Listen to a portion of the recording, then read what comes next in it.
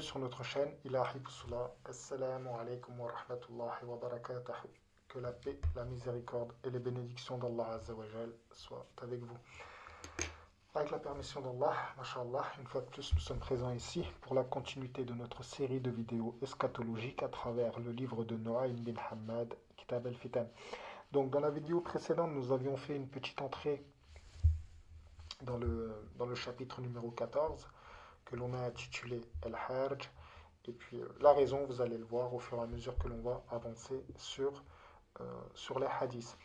Donc, on avait défini ce que était le Harj, comment est-ce que le prophète sallallahu alayhi wa sallam l'avait défini, comment est-ce que les Sahaba avaient donné le sens du mot, le Harj. Et on en avait vu aussi que ce sujet était spécifiquement pour les musulmans, c'est-à-dire que cette fitna que l'on a, qui est nommée le Harj, ne concernera que les musulmans, que c'est un événement qui se passera que entre la communauté musulmane, ou en tout cas entre les membres de la communauté musulmane. Donc dans cette vidéo-là, on va essayer, Inch'Allah Ta'ala, de répondre petit à petit aux autres questions qui sont restées entre parenthèses, à savoir quel risque représente le Hajj pour la communauté musulmane, que faire pour s'en préserver, et comment ou quand est-ce que les Sahaba ont pensé être confrontés justement à cette fitna. Donc, on va pas pouvoir le traiter en une seule vidéo, comme je l'avais dit précédemment. Et une autre information, c'est que dans le chapitre donc le chapitre numéro 14 de Kitab al-Fitan, ceci n'est pas catégorisé comme je viens de vous le faire. C'est-à-dire que Nu'aym bin Hammad n'a pas pris le sujet,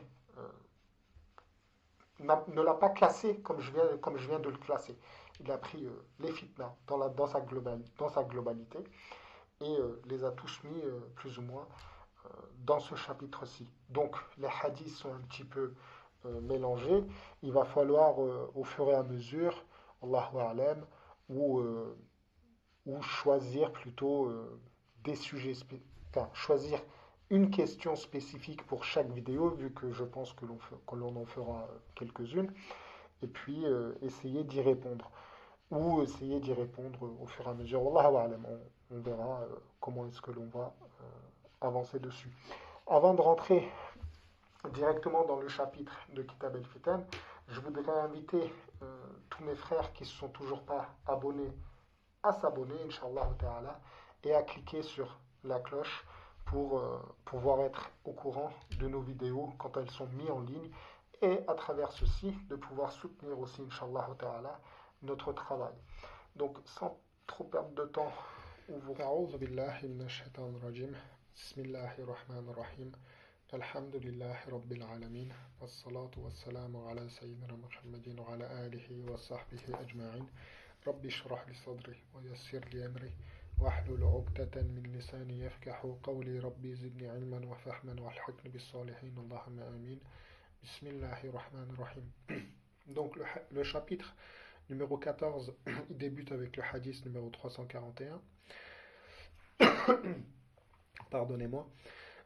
Donc si j'ai une voix qui est pas trop forte aujourd'hui, c'est un petit peu normal vu le mois de Ramadan. Donc عن عبد الله بن مسعود قال سمعت رسول الله صلى الله عليه وسلم يقول. Donc Abdullah ibn Mas'ud, il dit qu'il a entendu le prophète صلى الله عليه وسلم qui disait تكون فتنة النائم فيها خير من المتجع والمتجع فيها خير من القاعد والقاعد فيها خير من القائم والقائم خير من الماشي والماشي فيها خير من الراكب والراكب خير من المجري قتلها كلها في النار.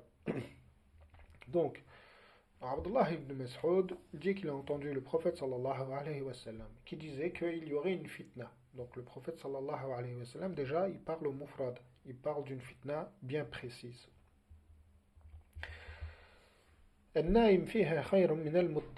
Donc la personne qui sera endormie, la personne qui dort pendant cette fitna-là, sera dans une meilleure posture que la personne qui sera muttaji'. Donc muttaji' c'est quoi? C'est le fait d'être éveillé tout en étant allongé. Et la personne qui est muttaji' dans cette fitna-là sera meilleure que la personne qui est assis. La personne qui est assise sera meilleure que la personne qui est debout. La personne qui est debout sera dans une meilleure position que celle qui marche, donc qui marche vers la fitna. Et celle qui y marche sera meilleure que celui qui sera sur sa monture. Et la personne qui sera sur sa monture sera meilleure que celui qui court. Qatlaha kullaha finnar. Donc, leur mort pendant la fitna, les personnes qui mourront pendant cette fitna-là, seront tous dédiés au feu. Donc ici, il y a une question qui pourrait nous venir à l'esprit. L'on comprend que la personne qui soit acteur de la fitna et qui soit quelque part acteur aussi du crime, donc du meurtre, l'on comprendrait pourquoi est-ce que il serait dédié au feu et pourquoi quelque part le sens du hadith nous dit que qatlaha kullaha finnar, donc ça englobe à peu près tout le monde. Pourquoi est-ce que la personne qui serait tuée serait aussi dédiée au feu? Tout simplement parce que la personne qui sera tuée, ou en tout cas une partie, Allahu A'lam, on ne peut pas dire le nombre, euh, lèvera aussi l'épée contre son agresseur. C'est la raison pour laquelle le hadith parle de kullaha. Kulluha. قال قلت يا رسول الله. Donc Abdullah ibn Mas'ud continue. ومتى ذلك? Donc quand est-ce que ceci aura lieu? قال أيام الحرج. Ceci aura lieu pendant les jours de Harj. Donc déjà, on voit que ce sera une période qui sera étalée sur un laps de temps. Ici, il est signifié en tant que Ayyam al-Harj, donc les jours de Harj. Combien de temps est-ce que ceci durera? Allahu A'lam. قال قلت ومتى أيام الحرج. Donc Abdullah ibn Mas'ud, il veut en savoir plus. Donc il continue. Et quand est-ce que les jours de Harj auront lieu? Ya Rasulallah. قال حين لا يأمن الرجل جليسه. Donc quand la personne, ceci aura lieu, quand la personne ne pourra plus avoir confiance, n'aura plus confiance en la personne qui sera assise à côté de lui. Donc, ici, encore une fois, on voit bien que ce n'est pas quelque chose qui est extérieur à la communauté, c'est une signification simplement pour dire que voilà, ce sera dans la communauté. Excusez-moi. Et ceci ne concernera pas l'extérieur. قال قلت فبما تأمرني إن أدركت ذلك. Donc, par quoi, avec quoi, que m'ordonnes-tu de faire, Ya Rasulallah sallallahu alayhi wa sallam, si j'arrive à cette période-ci? قال أكفف نفسك ويدك وادخل دارك. Donc, kaffa, donc mena'a, donc empêche ta personne et tes mains et rentre dans ta demeure quelque part. Donc ici, c'est du ta'bir, donc on pourrait dire tout simplement ne t'en mêle pas et va sur ta propriété, reste dans les endroits qui sont ta propriété. Wallahu a'lam. قال قلت يا رسول الله أرأيت إن دخل علي داري. Donc, Ya Rasulallah, Abdullah ibn Mas'ud, il veut toujours en savoir plus, radiyallahu anhu, et continue avec une autre question, excusez-moi. Et si justement la fitna, ou plutôt les acteurs de cette fitna, Allahu a'lam, pénètrent justement dans ma propriété? قال فادخل بيتك. Donc, Rasul sallallahu alayhi wa sallam, donc bayt, c'est ta maison. Donc ici peut-être, Allahu a'lam, une pièce dans ta maison, Allahu a'lam. Donc pénètre dans ta maison et puis quelque part retranche-toi-y quelque part.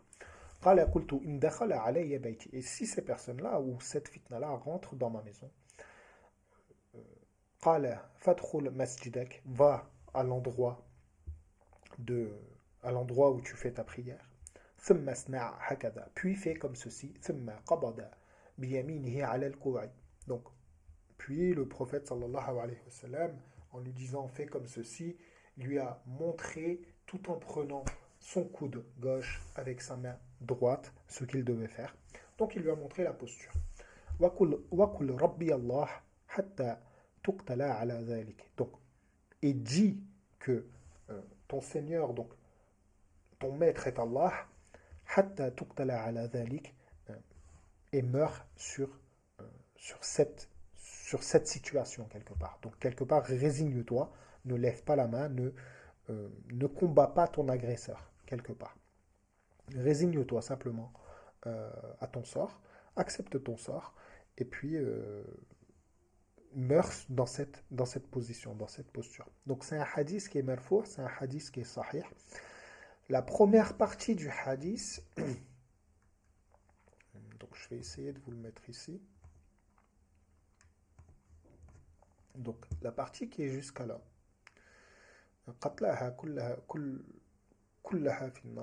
Donc généralement cette partie, ce hadith il est connu, hein, c'est un hadith qui est connu, mais c'est un hadith qui est des fois qui est utilisé en deux parties, donc ça dépend qui le rapporte. Des fois il s'arrête simplement ici, des fois il s'arrête simplement ici, et c'est un hadith qui a été appliqué qui a été interprété selon pendant la période des fitnas qu'il y avait au Moyen-Orient. Pour ma part, je pense que c'est à tort, hein, Allahu A'lam. Je dis ça parce qu'il y a d'autres hadiths qui font référence à d'autres événements qui doivent avoir. Donc, ceci ne correspond pas vraiment à ce qu'il y a eu au Sham. Donc, Allahu A'lam. Donc, pour ma part, c'est un hadith qui reste qui reste à se réaliser. Wallahu ta'ala a'lam. Donc, passons au hadith numéro 342.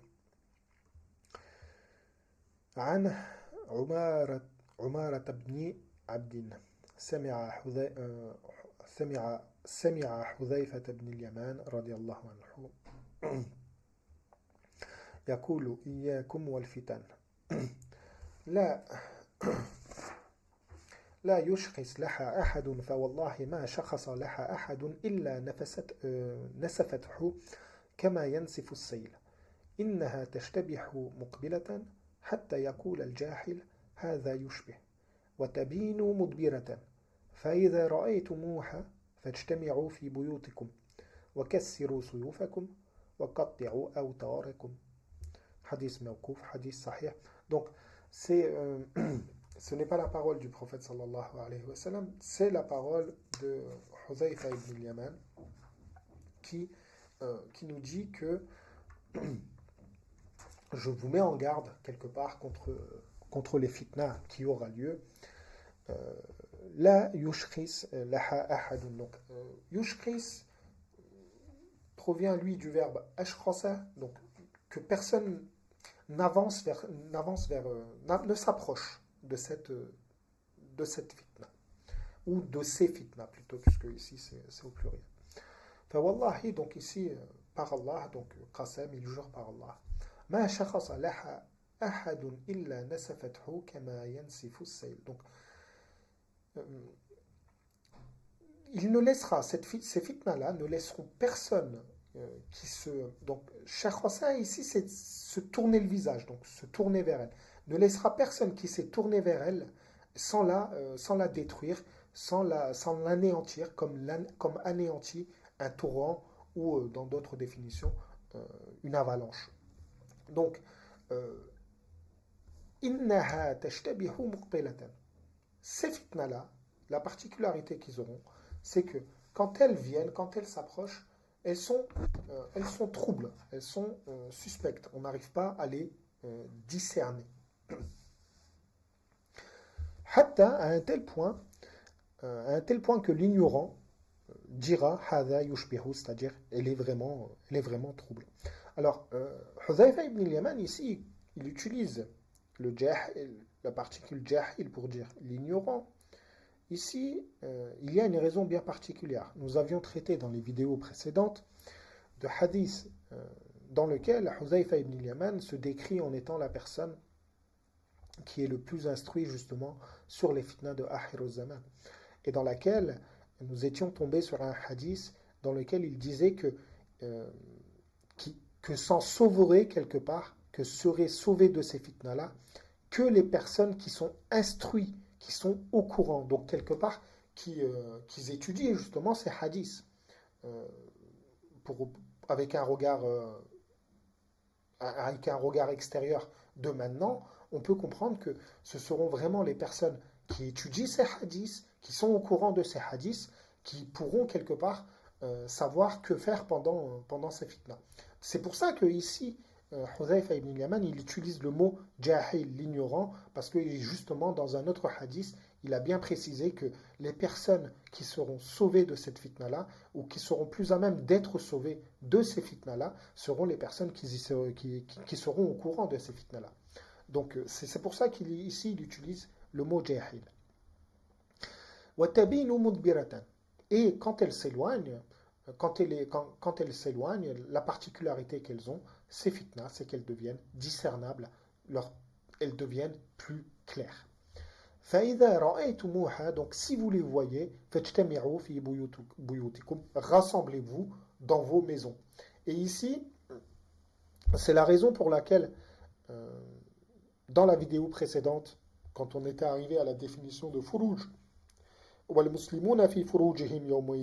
parlant de la période du Hajj, le prophète sallallahu alayhi wa sallam disait que les musulmans, pendant cette période-là, seront dans leur maison. C'est tout simplement parce que les musulmans seront ordonnés de rentrer dans leur maison, dans les endroits géographiques où cette fitna aura lieu. Donc, rentrez dans vos maisons, rassemblez-vous dans vos maisons. وَكَسِّرُوا سُيُوفَكُمْ, cassez vos épées. وَقَطِّعُوا أَوْتَارَكُمْ, et coupez vos cordes. Donc ici, les cordes de vos arcs. Donc hadith mawkouf, hadith sahih. Donc ici, encore une fois, on voit qu'il y a un ordre qui est donné sur le fait de ne pas se rebeller, enfin, de ne pas, comment dire, participer déjà dans un point à cette fitna, mais dans un deuxième point, de ne pas essayer de se défendre quelque part. Voilà. Tout simplement parce que la partie adverse seront des personnes aussi qui diront La ilaha illallah. Tout simplement. Allons-y, continuons. Hadith numéro 343. عن أبي هريرة رضي الله عنه قال قال رسول الله صلى الله عليه وسلم ويل للعرب من شر قد اقترب قد أفلح من كف يده. Hadith marfou', hadith sahih. Donc on a une parole du prophète sallallahu alayhi wa sallam dans lequel le prophète sallallahu alayhi wa sallam il dit malheur aux Arabes d'un mal qui s'est approché ou qui approche, wallahu a'lam, qad aflaha man kaffa yadahu, sera sauvé, réussira quelque part à s'en sauver de ce mal, à se prémunir de ce mal.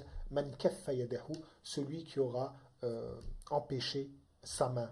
Donc ici à comprendre celui qui n'aura pas levé la main justement, et que c'est à travers les mains que justement ce mal va se propager. Donc les mains, on peut dire les épées, donc qui revient à comment dire, encore une fois à dire de ne pas se défendre contre son agresseur quelque part. Wallahu a'lam. Tout simplement parce que son agresseur, comme dit précédemment, sera une personne qui dira La ilaha illallah. Après, je précise, ce sera, Wallahu a'lam, plus on va avancer dans les hadiths et plus on aura des informations sur le fait que cette fitna-là sera vraiment, comment dire, sera géographique, c'est-à-dire qu'il aura des limites géographiques. Donc, ça concernera une certaine partie, Wallahu a'lam, de la communauté qui sera confrontée quelque part à justement cette agression physique, et wallahu a'lam, une autre partie de la communauté qui sera extérieure de la zone géographique sera confrontée à l'agression plus ou moins intellectuelle. Wallahu ta'ala a'lam. Donc continuons, hadith numéro 444, excusez-moi. عن أبي هريرة رضي الله عنه Euh, vous voyez, non, c'était pas Huzayfa ibn al-Yaman, mais c'était Abu Hurayra apparemment, qui disait إني لا أعلم فتنة يوشك أن تكون التي قبلها معها كنفجة أرنب وإني لا أعلم المخرج منها قالوا وما المخرج منها قال أن أمسك يدي حتى يجي من يقتلني حديث موقوف حديث ضعيف. Donc on a Ebu Hurayra radiallahu anhu qui dit que il est la personne le plus connaisseur qui est le plus au courant quelque part d'une fitna euh, celle qui la précédera ne sera par rapport à elle que l'équivalent d'un bond de lapin, d'une lièvre, wallahu a'lam, ça n'a pas vraiment d'importance. Ici, le sens, c'est que la fitna qui précédera la fitna concernée ne représentera absolument rien, elle sera insignifiante par rapport à elle. Wa inni la a'lamu al-makhraja minha. Et je suis la personne la mieux au courante, quelque part, de son issue, de comment s'en sortir. قالوا وما المخرج منها. Et comment s'en sortir de elle? Quelle est son issue? قال أن أمسك يدي حتى يجي من يقتلني. Donc que son issue, c'est que la solution justement pour se sortir de cette fitna est tout simplement que je retiens, j'attrape ma main jusqu'à ce que vienne quelque part mon tueur ou la personne qui est désignée pour me tuer. Voilà. Donc hadith mawkouf, hadith da'if. Donc encore une fois, un hadith dans lequel, comment dire, il est question de se résigner quelque part à son sort. Donc continuons, bismillah. Hadith numéro 345. عن حذيفة بن اليمان رضي الله عنه قال فئتان من المسلمين ما أبالي في أياتهما عرفتك قتلاهما قتل جاهلية. Hadith mawkouf, hadith sahih al-usnad. Donc la chaîne de transmission n'a pas vraiment de problème. Et c'est la parole, non pas du prophète sallallahu alayhi wa sallam, mais c'est la parole de Huzayfa ibn al-Yaman. Lakin Huzayfa ibn al-Yaman, lui, ces paroles-là, il les invente pas. Il les répète, comment dire, selon ce qu'il a entendu du prophète sallallahu alayhi wa sallam, ou de l'enseignement qu'il a reçu, ou de l'information qu'il a reçue. Donc, Huzayfa ibn al-Yaman, il dit quoi? Fi'atayni min al-muslimina ma ubali fi ayatihima araftuka. Donc, il y aura deux groupes de musulmans, deux grands groupes de musulmans, peu importe dans lequel je sais que tu es, donc peu importe dans lequel tu es, ou quelque part plutôt dire, je ne me soucie pas dans quel camp tu seras. Qatlahuma qatla jahiliyatin. Donc les morts de deux camps, excusez-moi, seront morts comme les morts de la période de l'ignorance. Voilà. Donc ici, encore une fois, on voit que c'est une fitna qui sera entre deux grands groupes de musulmans. Alors, je vais m'arrêter quelques petites minutes ici. On a ce hadith, généralement ce hadith, il est appliqué pour les batailles de Siffin ou les batailles du chameau. Moi, je voudrais bien le préciser avant de continuer, ce n'est pas mon avis. Pourquoi ce n'est pas mon avis? Ça, je le donnerai, Inch'Allah, au fur et à mesure que l'on avancera dans les vidéos. Et je pense que quand je donnerai mon avis, ce sera beaucoup plus clair. Parce qu'il y a des désignations qui sont faites par rapport aux acteurs, qui ne correspondent pas ni à Siffin, ni à la bataille du chameau, qui ont eu lieu pendant la période de Ali ibn Abi Talib, radiyallahu anhu. Donc, je donnerai plus de précision, Inch'Allah, plus ou moins, comment dire, plus on avancera dans le sujet, Inch'Allah, et plus, Inch'Allah, je donnerai des détails. Hadith numéro 346, عن جبير بن نفير عن ابن عمر رضي الله عنه. Donc, عن ابن عمر رضي الله عنه قال رسول الله صلى الله عليه وسلم إن الفتنة إذا أقبلت شبهت. Donc, Ibn Omar, radiallahu anhu, il dit que le prophète sallallahu alayhi wa sallam, il a dit que quand la fitna, elle s'approche, donc quand elle vient, la fitna, elle est trouble, elle est suspecte. وَإِذَا أَدْبَرَتْ أَسْفَرَتْ. Et puis quand elle s'éloigne, elle devient plus claire, elle devient plus discernable. وَإِنَّ الْفِتْنَةَ تُلْقَحُ بِالنَّجْوَى. Donc, ici, le prophète sallallahu alayhi wa sallam, il dit que la fitna, elle commence par des discussions secrètes, par des chuchotements, donc par des petits regroupements quelque part, wallahu a'lam. وَتُنْتَجُ بِالشَّكْوَى. Et elle prolifère, elle se développe à travers les plaintes. Ici, ce qu'il faut comprendre, c'est quelque part à travers les soulèvements.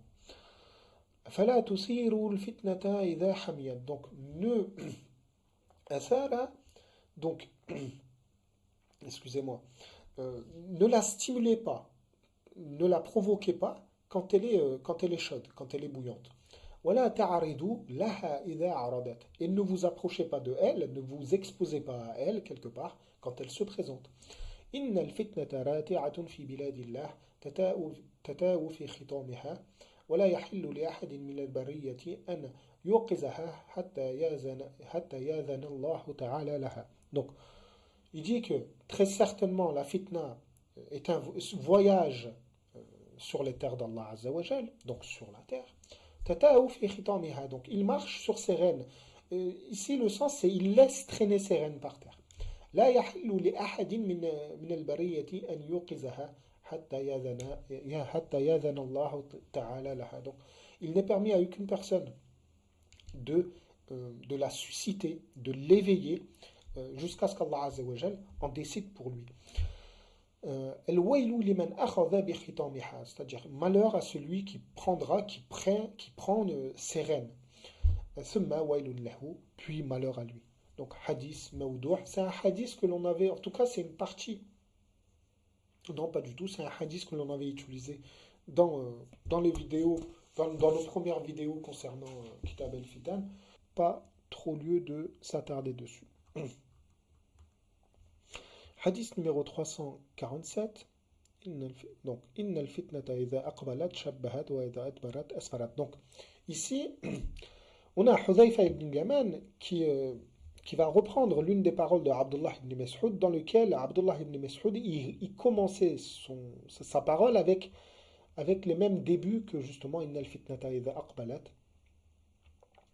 وَإِذَا أَدْبَرَتْ أَسْفَرَتْ, c'est-à-dire quand elle approche, elle est trouble, et quand elle s'éloigne, elle devient un petit peu plus discernable.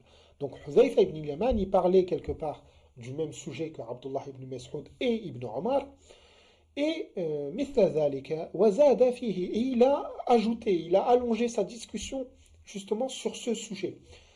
قال قيل لحذيفة, donc, et il a été posé justement quand Huzayfa ibn Yaman radiallahu anhu faisait justement son discours sur les fitnas ou la fitna, Allahu a'lam, et qui disait justement que la fitna, quand elle s'approche, quand elle vient, elle est trouble, les gens lui ont posé justement la question, ma iqbaluha, c'est-à-dire quel est le signe de son approchement.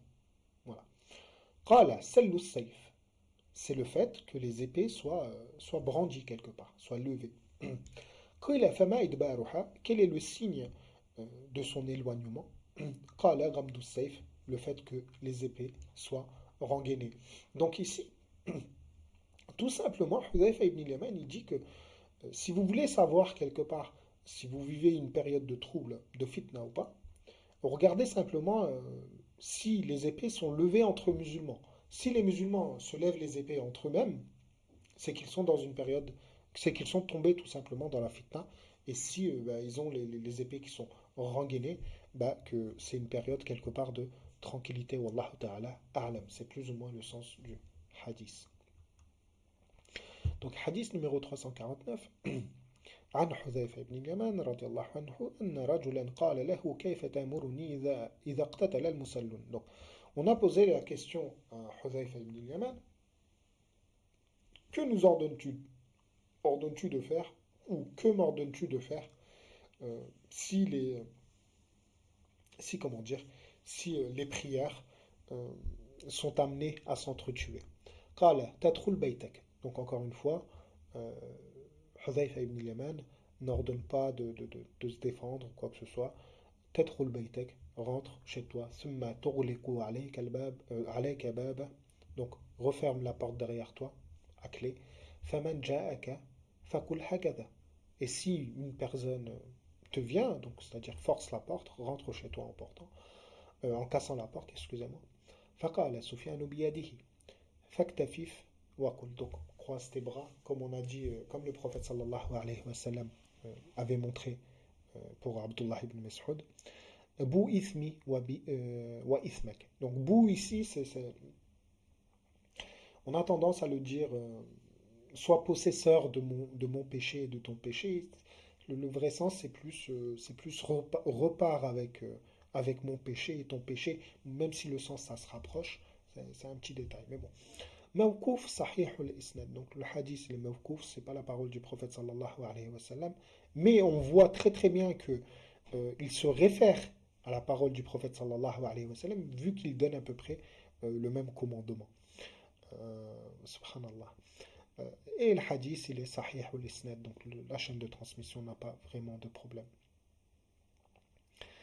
Alors, عن عمر بن عن ابن عمر رضي الله عنه قال قال رسول الله صلى الله عليه وسلم إياكم والفتن فإن للسان فيها مثل وقع السيف.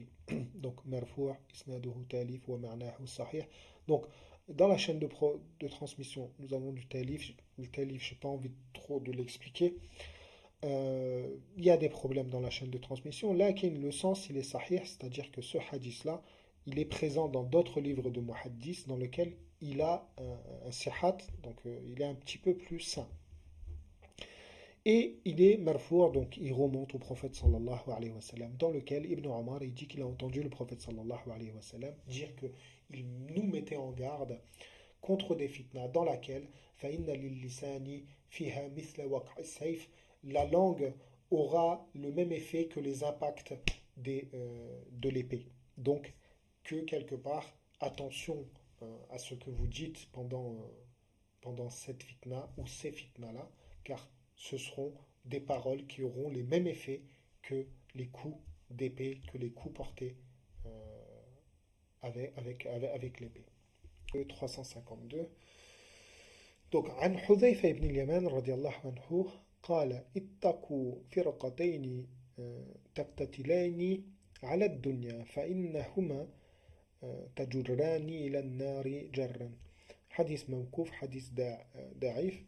Donc, c'est un hadith dans lequel Hudhayfa ibn Yaman, il dit faites attention à deux grands groupes qui s'entretueront pour ce monde, car فإنهما تجران إلى النار جرا. Donc, comment dire, ils entraîneront, ces deux groupes-là, vous entraîneront quelque part vers l'enfer. Ils vous tireront quelque part vers l'enfer. Donc, hadith numéro, on a dit 352, Mawkouf Da'if. Donc, encore une fois, il s'agit ici de deux grands groupes musulmans. Ce n'est pas une fitna extérieure aux musulmans.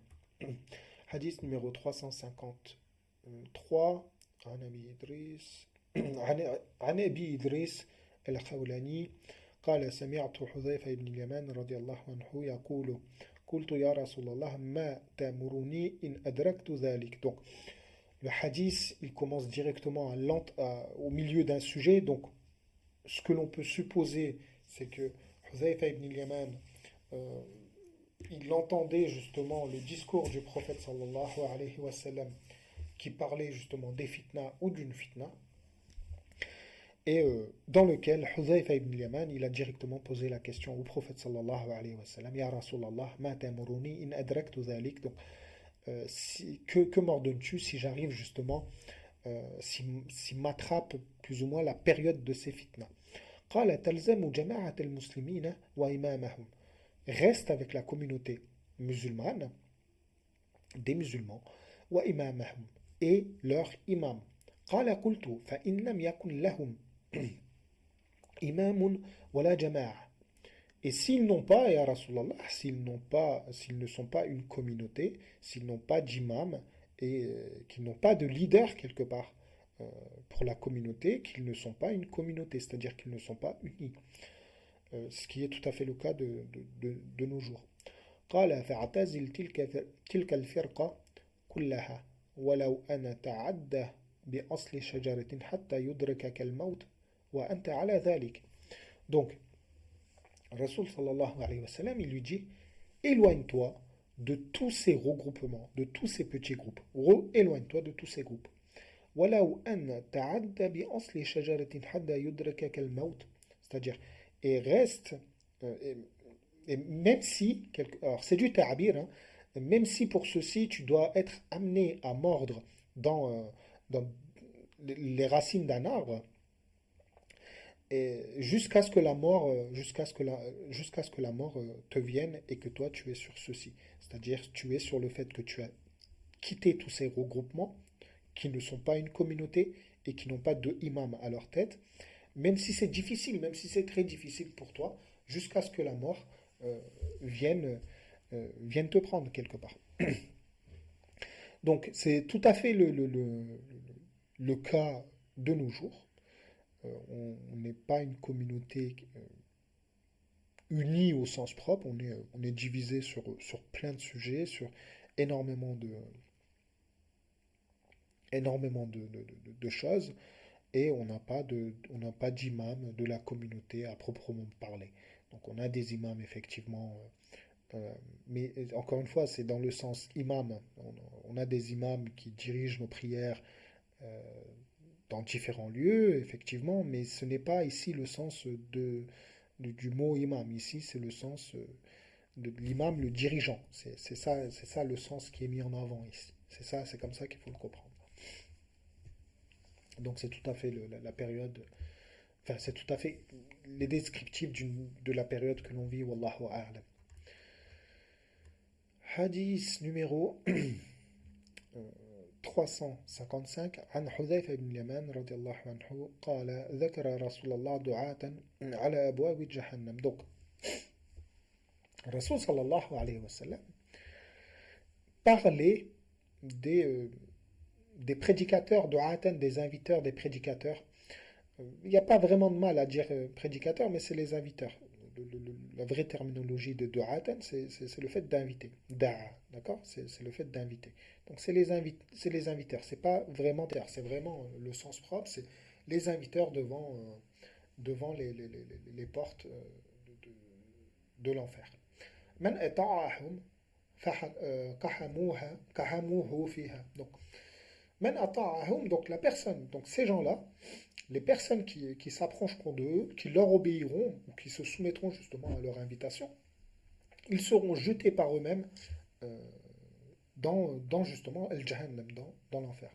Qultu ya Rasulallah, fakayfa an-najatu minha. Donc, quelle est l'issue, quelle est, comment dire, euh, comment pouvons-nous nous sauver quelque part euh, de, de, de, de ces, de ces inviteurs, de cette situation. قال تلزم